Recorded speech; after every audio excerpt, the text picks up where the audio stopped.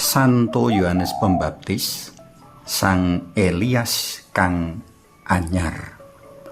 Panglimbang 5 menit dina Setuwagi tanggal 13 Desember tahun 2020. Kapetik saka Injil Matius bab 17 ayat 16 tekan ayat 19.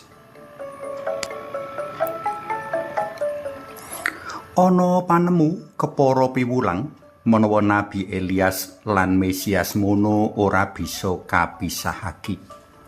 Sadurunge Mesias rawuh, kacecalani luwih dhisik dening Nabi Elias. Monggo sami kapirsani kitab Maleaki bab 4 ayat 5. Sang Nabi sinampiran aya nyawisake marga lurus lan lempeng kanggo Mesias kang dicecalani. Dalan mau arupa sikap pamartobat marang Allah sarta ngenerake manyawang umat marang paraga Mesias kang dicecalani. Mula rikala Gusti Yesus ngepyakake diri minangka Mesias, panjenengane kudu bisa nuduhake marang para ahli Taurat lan wong-wong Parisi Nabi Elias kang dikarepake.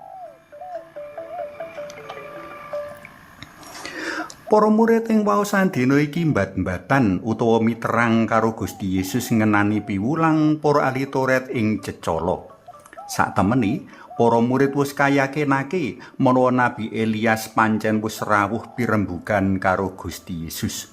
Monggo sami kapirsani Injil Matius bab 17 ayat 1 tekan ayat 8. Sing dadi persoalane yaiku menawa rawuhe Nabi Elias amung disekseni dening murid tetelu, Santo Petrus, Santo Yakobus lan Santo Yohanes. Nek ngono, banjur kepriye anggone Gusti Yesus bakal ngyakinake para ahli Taurat lan wong-wong Parisi uga wong-wong Saduki. Kudune Nabi Elias ngatingal marang para panggedhe mau saengga ayan kamesiasan dalem Gusti Yesus luwih gampang katindakake kepara sinengkuyung dening wong-wong mau. Mangsuli pitakonane para murid, Gusti Yesus malah ndumuk marang Santo Yohanes Pembaptis minangka paraga Nabi Elias kang kawecakake dening Sang Nabi Maleaki.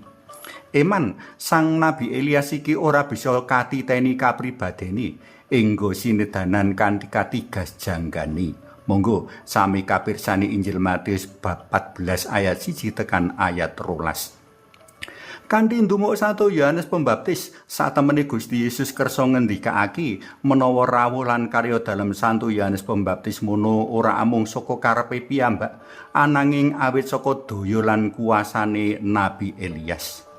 Kaya dene Elias martobatake bangsa Israel dek jaman paprintahan Raja Ahab biyen, kaya mengkono uga Santo Yohanes Pembaptis ngajak bangsa Israel padha martobat. Kaya dene Nabi Elias nuduhake karya dalem Allah arupa geni saka langit kang nyamber daging pangorbanan saengga bangsa mau bali manembah Allah. Santo Yohanes Pembaptis uga nuding Gusti Yesus minangka Mesias kang maha kuwasa. Monggo sami kapirsani Injil Matius bab 3 ayat 10 tekan ayat 12. Saka kene pitakonane para murid antuk wangsulan saka prastawa-prastawa kepungkur kang wis nuduhake kabeh mau. Rikala para murid gelem klelimbang lan maneges mesti bakal tansaya kateguhake imane.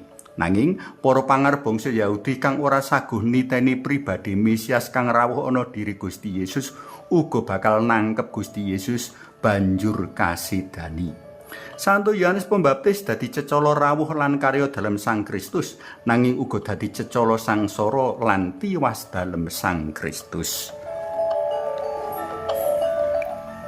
Para tresna pelem kinasih, rong perkara bisa kadudut minangka piwulang saka waosan dina iki.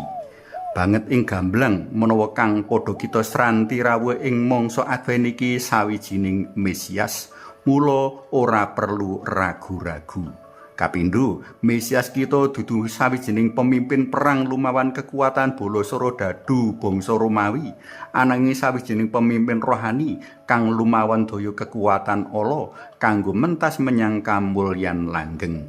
Menawa panjenengan percaya, roh Elias lan roh Mesias uga wis kanugrahake marang kita para pendherek dalam Gusti kanggo seksi rawuhe jaman anyar, jaman kamesiasan. Suawi sami munjuk. Kunjung asmo dalam yang Rama yang Putra Tuwin yang Roh Suci. Amin. Mugi nurna yang Rama yang Putra Tuwin yang Roh Suci.